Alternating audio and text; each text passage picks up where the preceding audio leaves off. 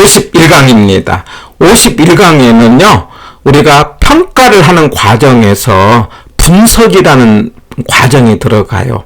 말하자면, 평가라는 것은 대상 물건의 가치를 찾아내는데, 누가 찾아내느냐? 평가사가 찾아냅니다. 물론 감정 평가 법인 등을 통해서 이제 의뢰를 해서 하기 때문에 이제 평가사가 하게 되고, 그 평가 절차에 말하자면 다음 강좌에서 감정평가 절차를 우리가 공부하게 될 건데, 이 분석이라는 절차가 들어가고, 분석은 제가 이렇게 하자, 선지표 후계치 하는 거다, 이 말을 딱 기억합니다. 분석은 선지표 후계치 하는 거다. 말하자면 먼저 그럼 먼저 지역을 분석한다. 지역. 그래서 표준적 이용을 찾아내자. 표준적 이용. 그 표준적 이용 그러면 중간 정도의 이용을 찾아내서 그 다음에 가격 수준을 찾아내는 것. 이게 지역 분석이에요. 그리고 개별 분석을 통해서 최유효 이용을 찾아내고, 그래서 이걸 근거로 구체적 가격을 만들어낸다. 이런 식으로. 그래서 우리가 분석은 뭐 하는 거냐? 선지표 후계치 하는 거다. 이렇게 기억을 합니다. 자, 이 분석이라는 것은 평가를 하는 과정에서 나오는 말이고, 평가라는 것은 물건의 값어치를 찾아내는 거예요. 그러면 물건이라는 것이 정해지고, 제가 이제 이런 말로 다음에 이야기를 할 건데, 평가라는 것은 내가 예를 들면 4층짜리 빌라가 있어요. 자, 이걸 가지고 은행 가서 대출을 받으려고 했더니 은행에서 뭐라고 하는 거니? LTV 50% 대출해 주겠다. 이렇게 이야기를 해요. 무슨 말이냐? 이 물건의 50%를 대출을 해주겠다라는 거예요. 그런데 은행 입장에서는 뭐라고 하는 거니? 이 물건의 가격을 몰라요. 그러니까 감정을 받아오십시오 라고 요구를 하는 거죠. 이때 내가 평가사한테 가서 이 물건에 대해서 감정을 해주십시오 라고 요청을 하는 거죠. 자, 이러면서 이제 평가사가 감정 평가의 절차가 들어가는 거예요. 그러니까 이 평가라는 건 대상 물건이 정해지는 거죠. 이 4층짜리 빌라에 관련된 물건을 정해지고, 그리고 나서 값어치를 찾아낼 때 이 물건에 영향을 주는 그 지역, 이 지역 그러면 3개가 있어요. 제가 인근 지역이 있고요, 유사 지역이 있고, 동일 수급권이 있어요. 이거는 출제가 잘 되고 있으니까 법조문 그대로 제가 첫 글자로 지역 그러면 인유동 이렇게 하자고요. 지역 그러면 인유동. 물건이 있는 주변. 예. 근데 그 주변의 핵심 단어가 2개예요. 속한 지역이고요. 그 다음에 지역요인 공유 이 단어. 이 2개가 바꿔치기 하면서 출제가 잘 됐던 곳이에요. 물건이 있는 주변이 인근이다. 자, 근데 그 인근이라는 게 뭐냐? 물건이 있는, 내가 지금 가치를 찾아내려는 대상 물건이 있는 속한 지역이다. 그리고 형성 요인 중, 그 형성 요인 중 지역 요인을 공유한다. 예, 이런 말. 그리고 이제 유사 지역은 속하지 않으면서 좀 떨어져 있어야 돼요. 그러면서 인근 지역과 유사, 이 말. 예, 대상 부동산과 유사가 아니에요. 뭐과 유사? 인근 지역과 유사. 예. 그러면서 인근과 유사를 포함한 넓은 권역, 이걸 동일 수급권 그럽니다. 그러니까 이제 권역이기 때문에 좀 더 넓게 보는 거죠. 그러면 대상 물건이 만약에 주거용이라고 한다면 통근이 가능한 범주로 봐요. 그래가지고 인근과 유사 지역을 포함하는데, 그럴 때 중심에 있는 대상 부동산과 대체 경쟁, 이 대상 부동산을 중심으로, 아까 인근은 지역 요인을 공유하고요, 여기는 대상 부동산과 경쟁 관계가 성립하고, 그 다음에 넓게 보면서 인근과 유사 지역을 포함하는 이 3개.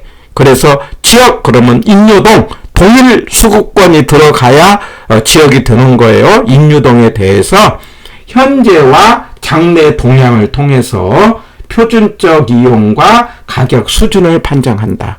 만약에 그 물건이 제가 지금 있는 동네가 구로동에서 저 살고 있거든요. 그러면 구로동에 있는 4층 빌라라고 한다면은 구로동을 중심으로 해서 말하자면 중간 정도의 4층 빌라를 찾아내는 거예요. 그게 이제 표준적 이용을 찾아내요. 그러면 대략적인 가격 수준이 나온다라고 하는 것이 지역 분석이에요.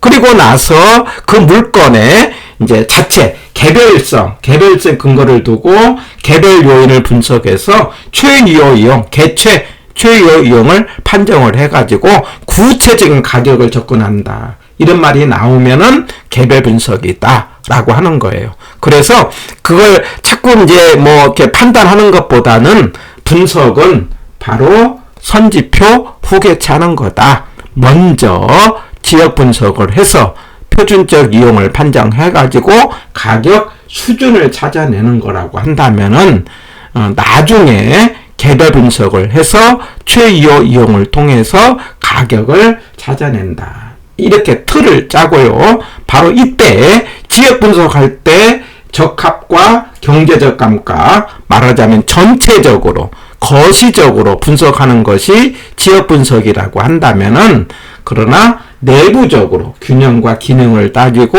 미시적이면서 부분적으로 분석하는 것이 개별 분석이다. 바로 이 내용이 출제가 잘 되고 있는 부분이에요.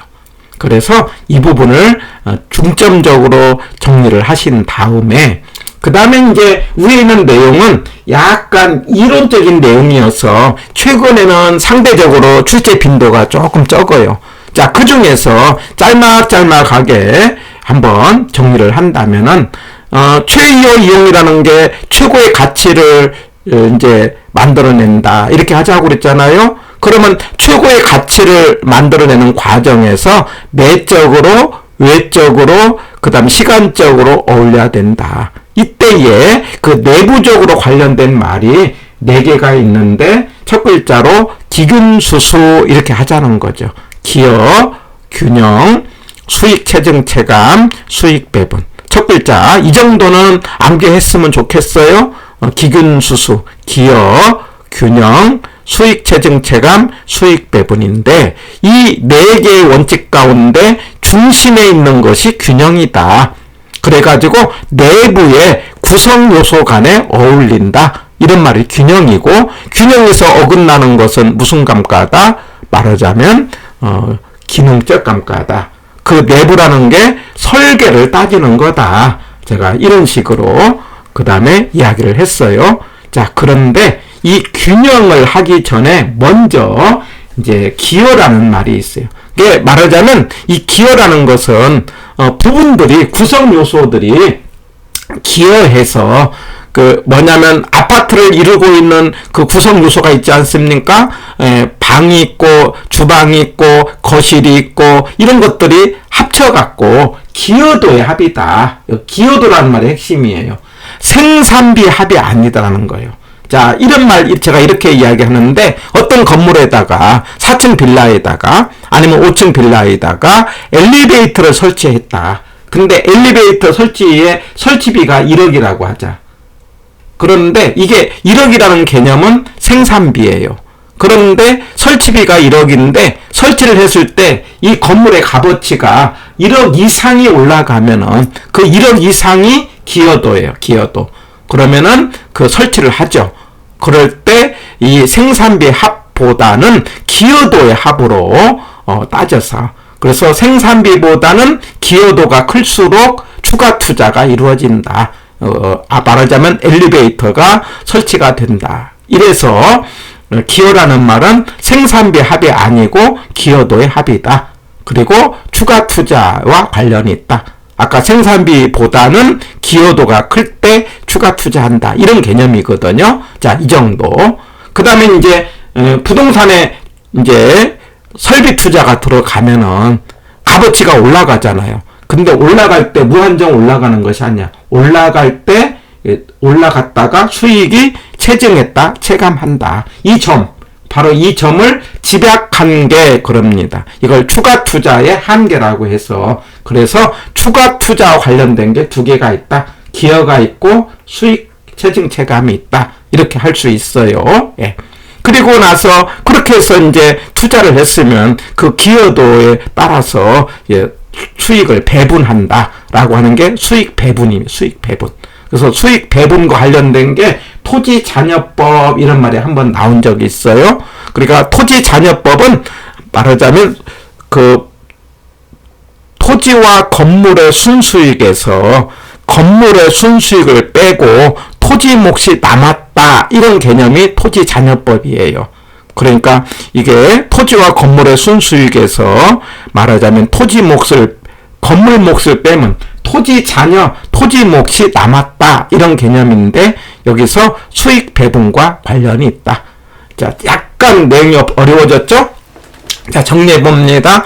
최이호 이용의 내부적인 말로 4개가 있는데 기근수수가 있다. 그 중에 중심에 있는 말이 균형이다. 이거 꼭 기억하시고요. 그리고 짤막짤막하게 기여 그러면은 생산비 합이 아니고 기여도의 합이다. 자, 이러면서 밑에 짤막짤막에 관련된 말로 추가 투자 그러면은 기여와 수익 체증 체감. 3방식의 이론적 근거 그러면 대체. 기준 시점 그러면 변동.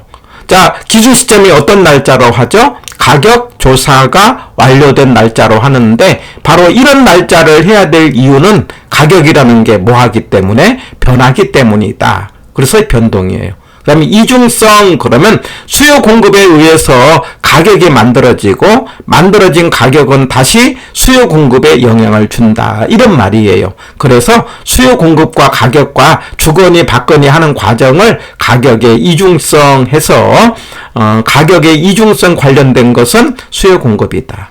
그 다음에 가치라는 것은 장래이게 현재 가치인데 그러니까 예측을 하자. 그 다음에 포기한 비용 그럼 기회비용. 그 다음에 부동산에만 있는 거 최이호용 적합 이런 말들이 있는데 자 제가 이 파트는 이론적이어서 조금은 이제 어려워하는 파트이지만 가장 출제 빈도가 많은 것이 밑에 해당되는 선지표 후계체 꼭 기억하시고 그 다음에 그 지역은 3개가 있는데 인유동이 있다. 그 법조문 여기 내용 대단히 중요하고 이걸 중심으로 하되 그래서 이 최고의 가치를 만드는 내부적인 원칙으로 기균수수라는 말이 있다. 자, 이 정도는 기억을 하시고 중심에 있는 게 균형이고 주변의 중심에 적합이다. 이렇게 정리를 하시면서 문제를 풀면서 접근을 해 보시기 바랍니다.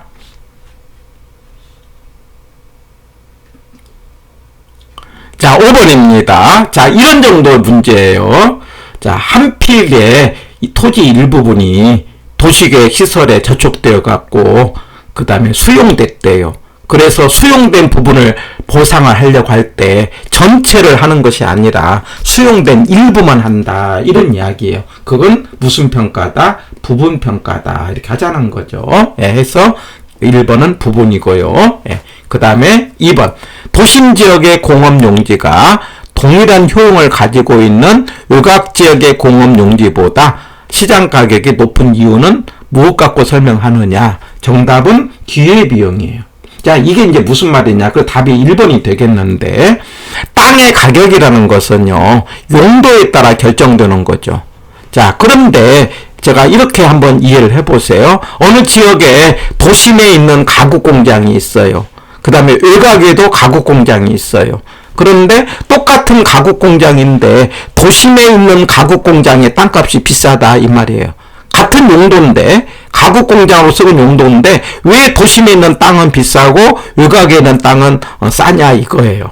같은 용도임에도 불구하고 가격이 차이가 나는 이유는 그 가구 공장 말고 다른 용도로 했을 때 기회비용 그러면 포기한 비용이잖아요. 공장 말고 다른 것으로 했을 때 도심에서는 아파트 같은 걸 만들 수가 있다 이런 거 아닙니까? 그것하고 외곽에서는 그 공장에다가 다른 것을 할 때 땅 가격이 차이가 난다 이 말이에요. 그래서 다른 것으로 했을 때 공장으로 이용하는 것보다도 훨씬 더 값어치가 있으면 공장으로 이용하지 않고 용도가 바뀌는 것 아닙니까? 그래서 예전에는 공장이 도심에도 있었는데 도심의 땅값이 올라가면서 공장들이 외곽으로 가고 도심에 있는 땅들은 전부 다 아파트로 변해가지 않았어요? 이렇게 용도가 같음에도 가격이 다른 이유는 포기한 비용에 해당되는 기회비용을 갖고 설명할 수 있다. 이렇게 하고 그렇게 이해를 합니다.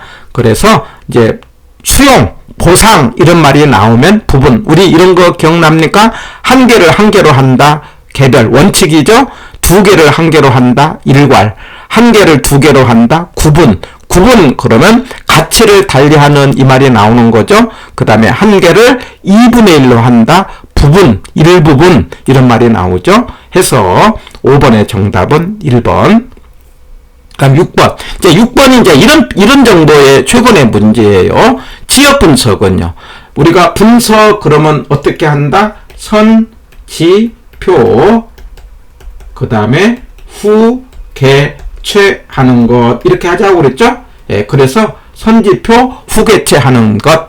그러니까 해당 지역의 표준적 이용, 가격 수준, 개별 분석은 최요 이용, 그리고 이제 속한 지역 그러면 뭡니까? 인근이죠? 그리고 인근은 지역 요인 공유 해갖고 정답은 2번이 되는 거죠? 그래서 선지표, 후개체 이런 정도의 법조문으로 해서 6번의 정답은 2번이 되고 여기까지 해서 이 51강은 평가의 분석을 중심으로 원칙에 해당되는 이론적인 부분을 정리를 해봤습니다. 그 원칙에 해당되는 이론적인 부분은 너무 깊게 보지 마시고 선지표, 후개체, 그 다음에 균형과 적합 이 관계만 정리를 하시면은 최근의 문제는 충분하게 정복할 수 있는 내용이 되겠습니다.